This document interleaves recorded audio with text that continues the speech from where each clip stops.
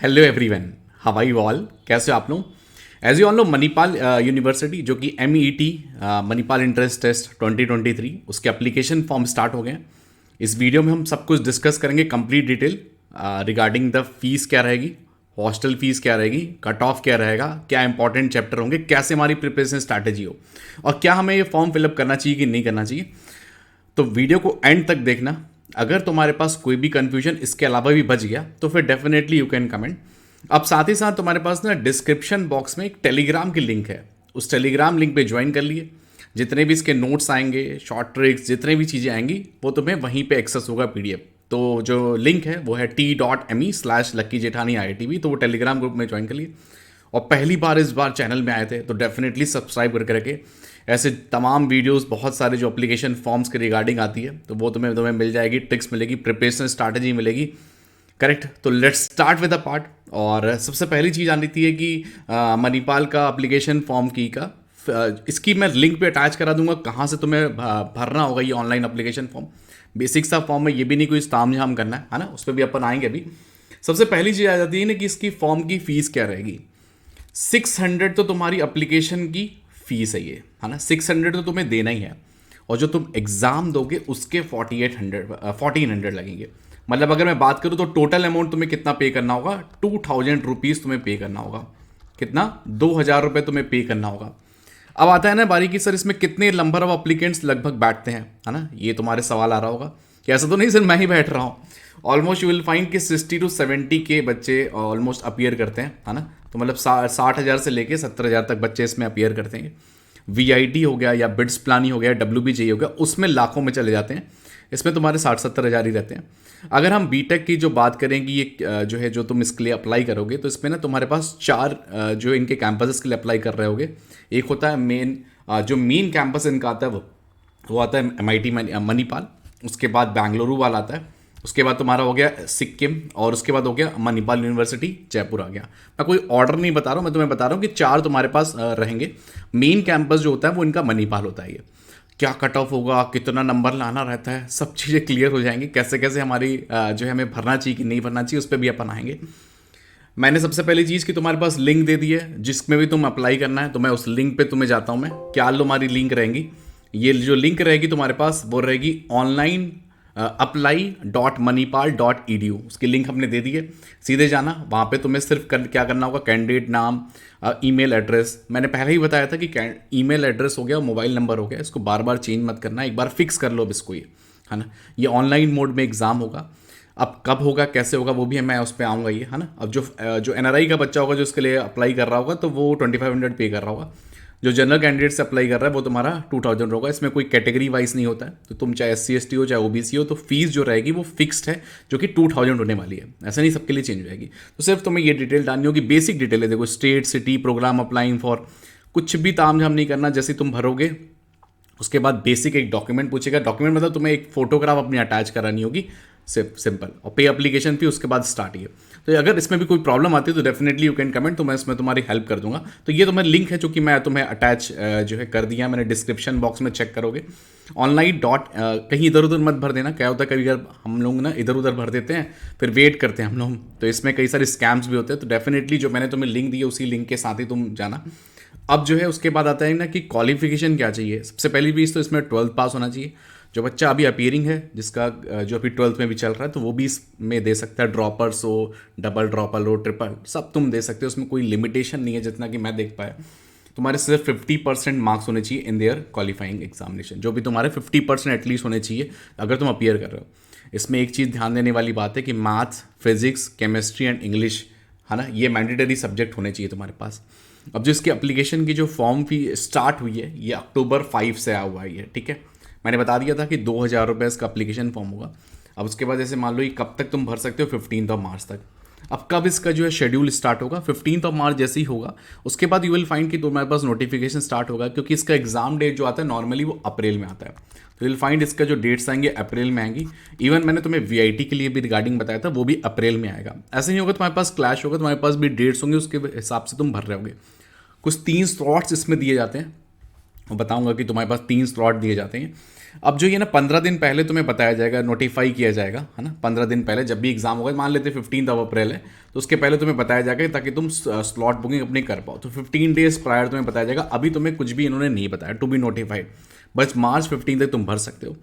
अब बारी आती है ना कि फीस की क्या रहेगी, क्योंकि इनका अगर तुम फीस देखोगे, मेनली तुम देखो CSE वाला देखो, जो कि 4 ईयर का प्रोग्राम है, ये वाला प्रोग्राम है। उसमें ऑलमोस्ट तुम्हारी 18 लाख के अराउंड तुम्हारी फीस लगती है, अगर हम 4 साल की बात करें, 4 ईयर्स की, है ना।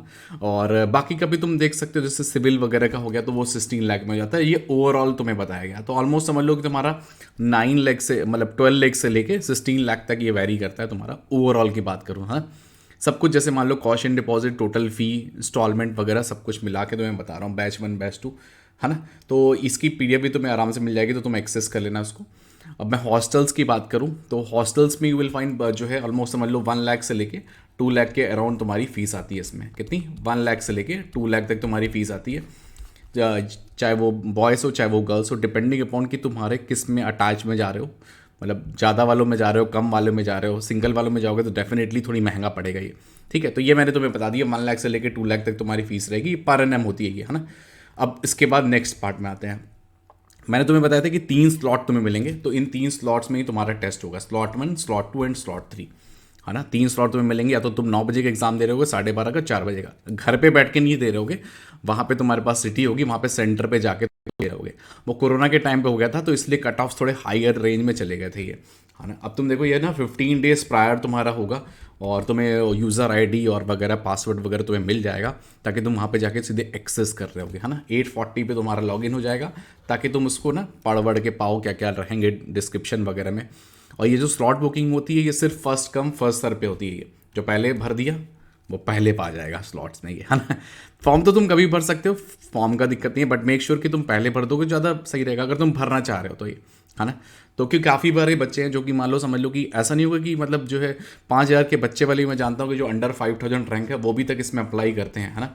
भले ही वो बाद में छोड़ देते हैं, बट डेफिनेटली वो बच्चे भी इसमें बैठते हैं ये, क्योंकि मणिपाल जो है मेन कैंपस के लिए काफ़ी अच्छी तगड़ी फाइट होती है, यू विल फाइंड। अब जो एग्ज़ाम पैटर्न होगा that is very important part ये, क्योंकि हर बार ना एग्ज़ाम पैटर्न इधर उधर हो जाता है, बट इस बार तो उन्होंने फिर से सेम रखा हुआ है ये 2 आवर्स का तुम्हारा ये एग्ज़ाम होगा, 2 घंटे का, ठीक है, 120 मिनट्स का। टोटल क्वेश्चन कितने आएंगे? 60 आएंगे, ध्यान देने वाले बात है, 60 आएंगे। 15 मैथ्स, 10 तुम्हारे फिजिक्स हो गया, 10 तुम्हारा केमिस्ट्री हो गया, 10 तुम्हारे इंग्लिश हो गए। ये वो क्वेश्चन होंगे जो कि सिंगल चॉइस वाले होंगे। 15, 10, 10 एंड 10, मतलब 45 क्वेश्चन वो क्वेश्चन आएंगे जो कि मल्टीपल चॉइस क्वेश्चन होंगे। मतलब इसमें मतलब अगर तुम्हारा सही होगा तो +4 मिलता है, और गलत होगा तो -1 होगा, तो इसमें निगेटिव मार्किंग होती है। जबकि मैंने VIT के केस में तुम्हें बताया था नॉन निगेटिव होता है, तो इसलिए ना उसका कट ऑफ थोड़ा हायर रेंज में चले जाता है। नहीं भरते तो 0 ही मिलेगा आपको, वो सी बात है। न्यूमेरिकल वाले जो मतलब जैसे इंटीजर टाइप जो हो गए वो 5, 5, 5 मतलब 15 क्वेश्चन होते हैं तुम्हारे पास। इसमें अगर तुमने जैसे मान लो नंबरिंग होगी, उसके बेसिस में तुम भर रहे होगे 0 से लेकर 9 तक, वो तुम्हें बता दिया जाएगा डिस्क्रिप्शन में। तो +4 for the right answer, 0 for your wrong. तो 240 मार्क्स का ये टोटल होता है, 240 मार्क्स। अब इसमें ना कितना बेस्ट स्कोर होता है वो भी अपन आएंगे कि यार सर इसमें कितना बेस्ट स्कोर ही कहलाता है ये, है ना। इसमें ना कई बार क्या होता है ना कि जैसे पिछले बार तुम देखो कि 2 अटेम्प्ट हुए थे, अभी उन्होंने कुछ चर्चा नहीं की है। अगर सेकंड अटेम्प्ट होता है तो तुम्हें ना जो 1400 जो तुम फीस पे कर रहे थे, जैसे स्टार्टिंग में ना तुमने पे किया था 1500 + 1400, तो ये 2000 हुआ था। तो ये एक अटेम्प्ट के लिए। अब अगर तुम्हें नेक्स्ट अटेम्प्ट फिर से देना है, मान लो आता है नेक्स्ट अटेम्प्ट, तो तुम 1400 फिर से पे कर रहे होगे, जो कि वो टेस्ट फी होगी, है ना। तो ये एडिशनल तुम्हारा पेमेंट बेसिस में होगा सेकंड अटेम्प्ट। अब उठाया कौन सा जाएगा? बेस्ट जाएगा। जैसे मान लेते फर्स्ट अटेम्प्ट में अगर तुम्हारे 21 मार्क्स आए, सेकंड अटेम्प्ट में 32 आए, तो जो बेस्ट होगा वो उठेगा, मतलब 32 उठेगा ये, ठीक है। तुम्हें मार्क्स बताए जाएंगे तो उसके बेसिस पे होगा। तो 2 अटेम्प्ट होंगे, तो फिर फाइनल उसके बाद रैंकिंग आएगी, है ना। नॉर्मली 2 ही अटेम्प्ट होते हैं यहाँ पे, ये मतलब अप्रैल में होता है एक और एक जून में होता है ये। नॉर्मली तुम देखोगे अप्रैल में होगा एक और एक जून में होगा। अभी कुछ कह नहीं सकते क्या होगा, क्योंकि वो इफ़ लिख रहे हैं तो कुछ कह नहीं सकते। बट हाँ, अगर 2 अटेम्प्ट होते हैं डेफिनेटली तो अप्रैल और जून में होंगे। स्लॉट तो मैंने तुम्हें 3 स्लॉट्स में बता दिए, 3 स्लॉट्स होंगे, उसके बाद एक फाइनल रैंकिंग आ रही होगी। इफ़ देखो यहाँ पे लिखा हुआ है, इफ़ इज अटेम्प्टेड ट्वाइस, है ना। तो ये चीज़ है, तो 2 अटेम्प्ट हो रहे होंगे। वैसे इन्होंने लिख भी दिया नंबर ऑफ अटेम्प्ट्स टू, तो तुम अगर 2 अटेम्प्ट के लिए अप्लाई करोगे तो 1400 मतलब ये ध्यान रखना 2800 + 600 मतलब 3400, क्योंकि हर बार ही कंडक्ट करता है ये, मतलब 2 ही बार होता है हर बार ये, तो 3400 अमाउंट तुम्हारी फीस आ रही होगी। क्योंकि ज़्यादातर बच्चे ना दोनों ही अटैम्प्ट देते हैं, या तो तुम एक ट्रायल बेसिस में दे सकते हो, बाद में भी तुम इसको अप्लाई कर सकते हो। जैसे फर्स्ट टाइम तुम दे दिए, खराब चलेगा तो फिर तुम दे सकते हो। तो कई बार ये चालाकी भी कर लेते हैं कई बार, तो तुम भी वो चीज़ें कर सकते हो।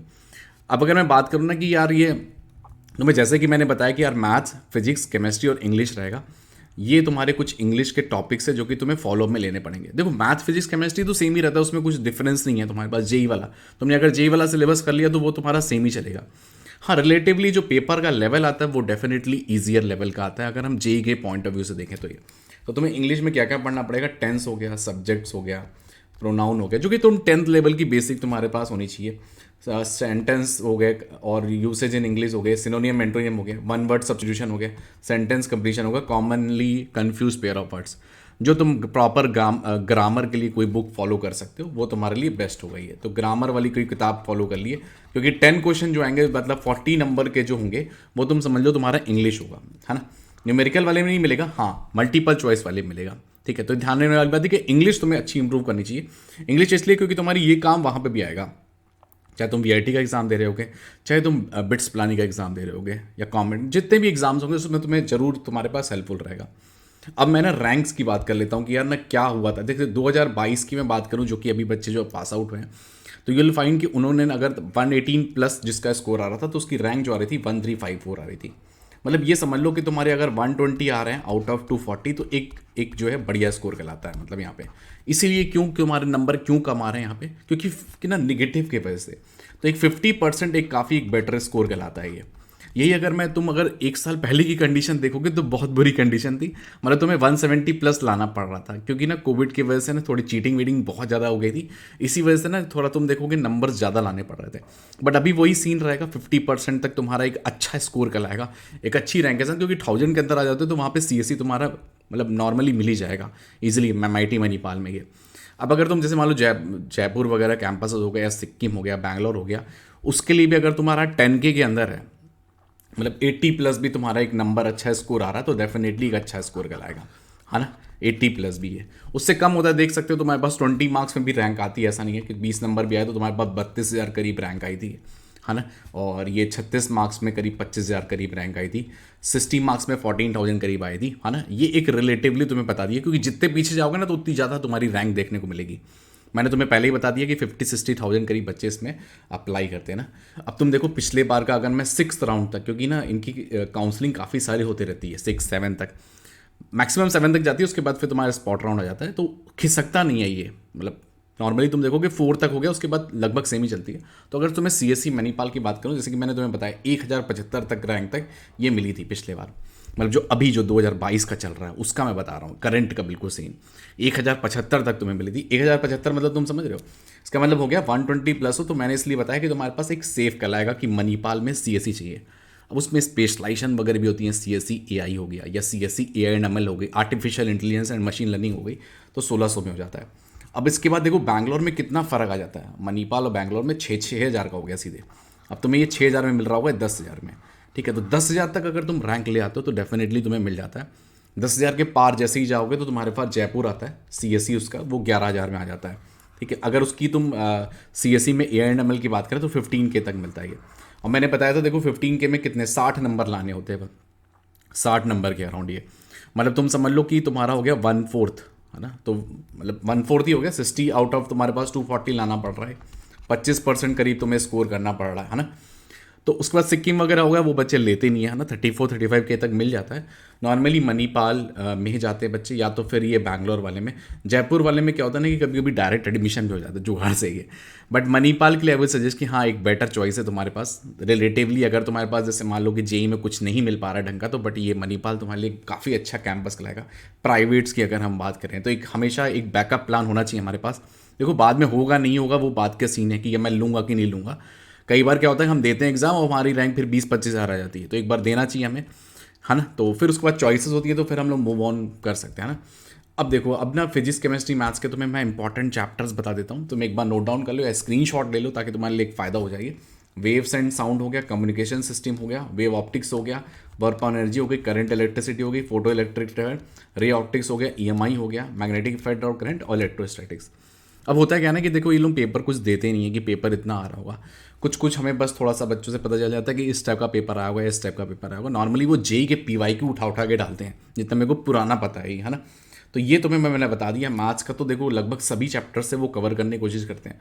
कॉम्प्लेक्स हो गया, स्ट्रेट लाइन हो गया, आईटीएफ हो गया, इनवर्स ट्रिग्नोमेट्रिक फंक्शन जिसे हम कहते हैं, बाइनोमियल थ्योरम हो गया, लिमिट्स हो गया, एप्लीकेशन डेरिवेटिव हो गया, वेक्टर्स हो गया, डिफरेंशियल इक्वेशन हो गया, area under the curve, sequence and series, matrix and determinant, continuity and differentiability and definite integration. लगभग समझ लो कि 30 चैप्टर होते हैं, उसमें से मैंने 15-16 तो तुम्हें बता ही दिए। तो सारे ही इंपॉर्टेंट चैप्टर है, क्योंकि हर एक पार्ट से वो कवर करते हैं। ये नहीं होगा कि इधर से ज़्यादा उधर से कम, ये है ना। अब तुम देखो यहाँ पे केमिस्ट्री की बात करो तो रिडॉक्स हो गया, और उसके बाद एनिक एक्विलिब्रियम हो गया, कार्बोनिक एसिड हो गया, बेसिक कंपाउंड हो गया। खास करके तुम देखोगे ऑर्गेनिक वाला पार्ट यहाँ पे थोड़ा ज़्यादा आ जाता है। देखो बायोमोलिक्यूल हो गया, जनरल ऑर्गेनिक केमिस्ट्री हो गई, है ना, और कोऑर्डिनेशन कंपाउंड हो गया, केमिकल बॉन्डिंग हो गई, थर्मोडाइनमिक्स हो गया, फिजिकल भी आता है, बट ओवरऑल तुम देखोगे ऑर्गेनिक वाला पार्ट इसमें थोड़ा ज़्यादा आ जाता है मैनीपाल की अगर मैं बात करूँ।